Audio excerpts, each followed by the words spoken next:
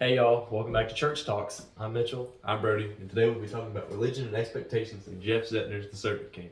To give y'all a brief overview, it's about three friends growing up in the fictional town of Forestville, Tennessee. There's Lydia, Dill, and Travis as we follow through their senior year of high school. And to be honest, we're just going to start with Dill, because he has a unique home life. I mean, Understatement. yeah.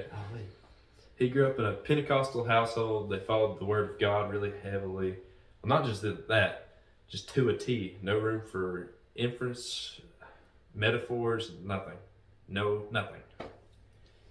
I mean, yeah, it kind of reflects how their faith is so strong. I mean, even when he was younger, I'm assuming that they just kind of forced it on him, and whether for good or for better or worse, even his parents kind of wanted him to reciprocate that faith with them.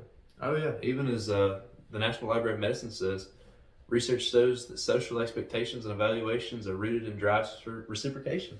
Yeah, And that's what they wanted them. They wanted to reciprocate those feelings, that religion. They wanted to follow the ministry, take up the snakes, drink the poison. Believe that as long as he followed that, nothing would go wrong in his life, which is kind of crazy because I mean, even when things were going good for him, whatever, they just kind of went bad because his family, his mom, kind of ruined it, blamed everything on him. They blamed everything. Well, that's the hypocritical part of all this. Is his father was arrested for having child pornography, and they blamed it all on Dill. They believed so heavily in the religion that they could not do wrong, and that it had to be Dill doing wrong. I mean, as his mother said, "I haven't understood everything your father's done, but I trust God willed it." Which is that God willed him to take up CP. Yeah, that he went to prison for a reason, to talk to the inmates. That's just insane to me. Because like, how do you justify someone that's into like little kids so they're so vulnerable? I don't know. Like, he was even talking about that 11-year-old girl that had to move. That's why Dill lost family, or family and friends. They had to move because he had cornered. His dad had cornered that girl, and they had to move. And his mom even justified it too, saying that she was moving too fast. Said that she was mature for her age, which is insane. Holy. And I quote myself. But it was just tearing Dill apart. I mean, the whole town scene was creepy because his family, like, whose family is like, they're like, oh, his family sees him as a creep, so he has to be. And no one ever blamed his father. I mean, even like brother and sister McKinnon. Those two. Brother McKinnon just blamed him for everything. Said, if you had just testified and lied, your father would still be here. We wouldn't have to drive so far for church. And what's crazy is he doesn't even like mention the child pornography. It's just more so gas money is what he's worried about. Yeah, they don't care about the crime at all. Like, they're so rooted in their religion, that expectation of their religion. Yeah, they just don't care. And it's crazy that they don't care about it. I mean, it's kind of like similar to Lydia. However, it's not religion. That her parents don't really care. Oh, they really don't. And that was just what was tearing Dill apart. Yeah. I mean, even as Mission Hill states, instead of feeling joyful and fulfilled, he just felt tired, and he even felt guilty for feeling tired. It just ruined his life. Yeah, because I mean, even when he was talking with Lydia about college, they got in a little mini argument. He just felt upset and so indebted and guilty for trying to leave his mom and become more. I mean, none of that really even changed up until Travis's death. Yeah, they just that was kind of like the rising moment, whatever, pushing him forward. I mean, Travis was in a similar boat. I mean, his dad was abusive. He's an alcoholic. His brother died in Afghanistan. And it's kind of for coping with that, he became kind of weird. Yeah. That kid that carried the staff, had the dragon necklace. He just couldn't stand the thought of that military that his brother was, and the expectations of, football and athletics. Yeah, and his dad just kind of like negatively reinforced it, if you ask me. I mean, just kind of drinking, and like I feel like he blamed it on Travis a little bit too with his brother's death. I just don't think he could, like, even after Travis died, he started beating on his wife more. I feel like he has to have some way of pushing it on to other people. Like a little scapegoat. It is a scapegoat. I mean, it's what led to Travis's death. I mean, he just was so upset and drunk and alcoholic. Yeah. That and kicked them out of the house. That's how he got shot in that back alley. Which is sad for Travis, kind of. Oh, yeah, it's not hypocritical, but ironic. Yeah. Because, I mean, he mentions when they write on the column on the bridge that he wants to die in battle. But he pushed away from that military to where he wouldn't have to be put in that situation, and he gets shot anyways in the back alley. Shot in the middle of nowhere, selling firewood. It was depressing. I mean, as Mission Hill says again, exhaustion keeping that perfect Christian smile plastered on your face, and then your world starts crumbling. That's what happened. His world was crumbling all around him, and he nobody knew about it. Only person that knew about it really was Dill, and that was only for a few weeks before he died. Lydia didn't know until after. She had somewhat of, she could infer, but Well, from her father, but but it just kept that vision. Mhm. He just wanted to be okay. He didn't want people to worry about him. That's just the person he was. he's right. It sucks that he had. I feel bad for his girlfriend. Oh, Amelia, there at the end where she only gets to see his dead body and never get to meet him in person. Yeah, but he was the catalyst. Yeah. He got Dill out of, well, he pushed Dill into the depression after his death, but it also pushed him further to get out of his own situation. I mean, there where he's trying to kill himself on the bridge, and you remember his promise to Lydia, who was his other driving force. And that's kind of what brought him back. I mean, because the entire book, Lydia had been on him about going to college, that you need to do this, you need to do that, and like, and you got the small town, because that's what she wanted to do. Yeah, she didn't like the small town. She had her blog, Dollywood, wanted to just leave that small town. I know her father had the dentistry there, and her mother, they grew up high school sweethearts there. And I feel like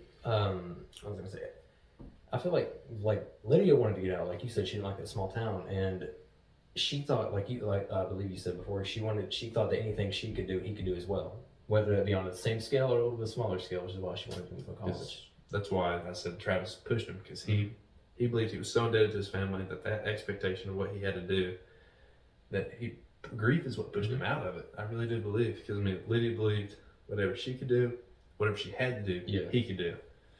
I mean, as the National Library of Medicine says, people evaluate others' actions by reflecting on their own decisions. And that's what she did. Her own decision to leave is what her actions pushed towards Dill. Because she kind of reflected, I mean, at the end of the day, she might not have been like whatever, the nicest character, not going to seem like the nicest character. It was just the way she was raised. Yeah. Might seem bougie to other people, but it's just the way she was raised, the stuff she was raised around.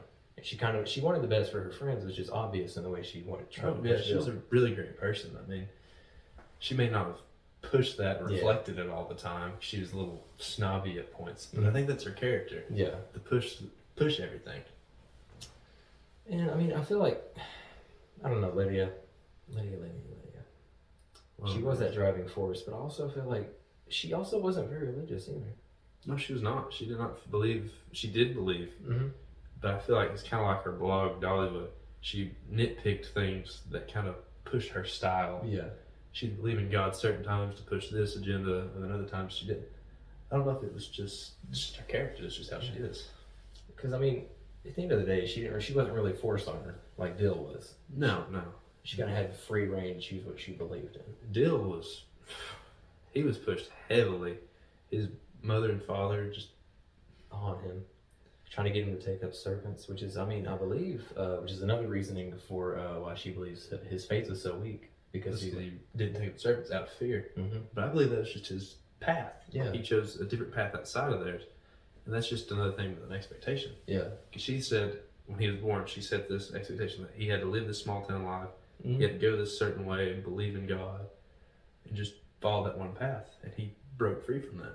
And he kind of made his own little path. I mean, and most people, I mean, that might not be true for me and you per se. I'm not sure. No. I mean, I'm into church. I go every Sunday, but I don't feel like you have that one path in life. I mean, there's way more you can do. I mean, we're recording in my church right now, but you know what I mean? I feel like God branches off.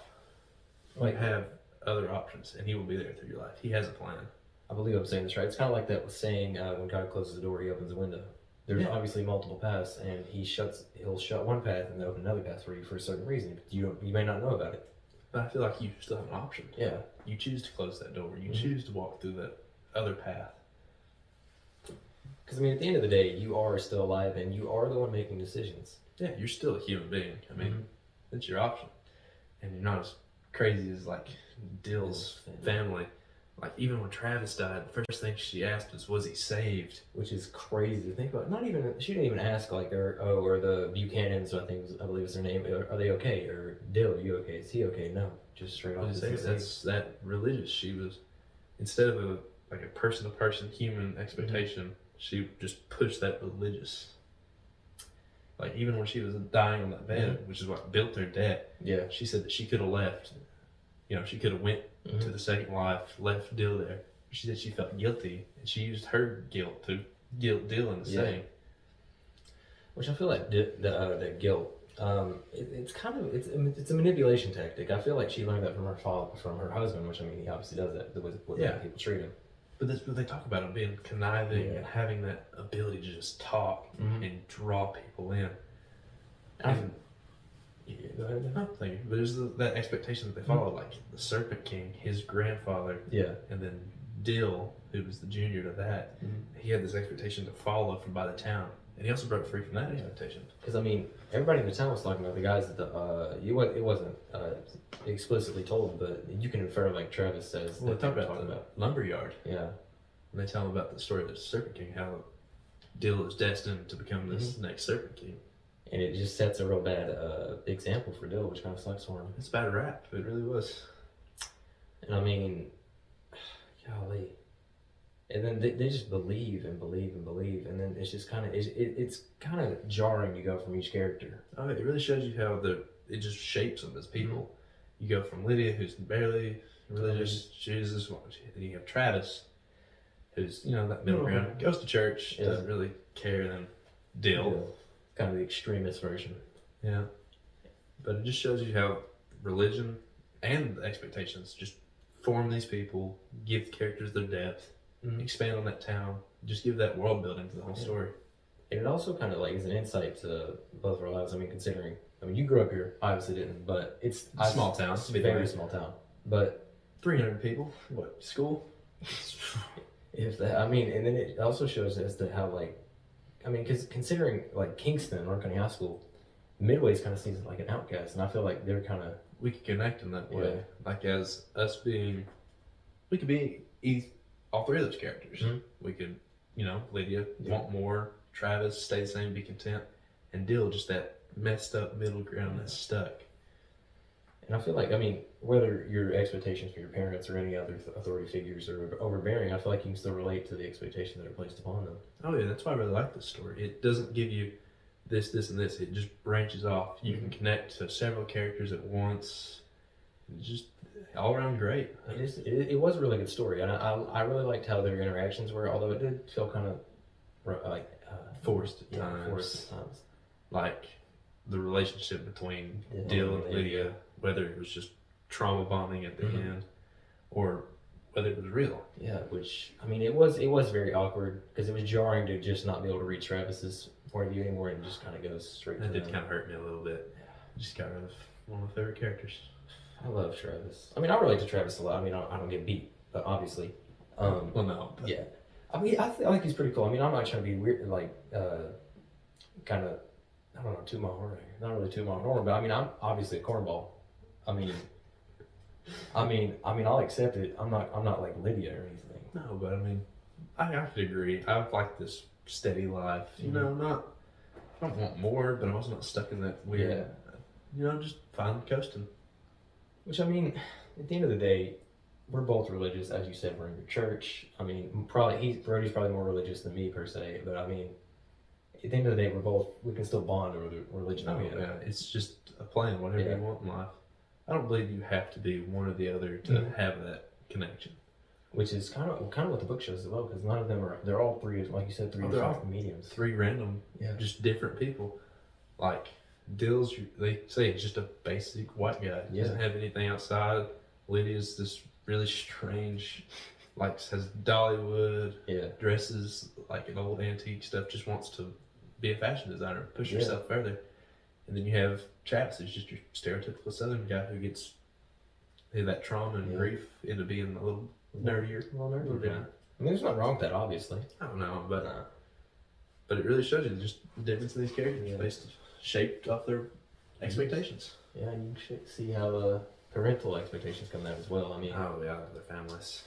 But let's see what time it is. I think that's all the time we got for today, y'all. Is it really? I think so. Oh, sorry about that. I guess that concludes all the time we have today. Thank y'all for listening. Be sure to tune in next time for our next church talk. God bless you all, and see you next time.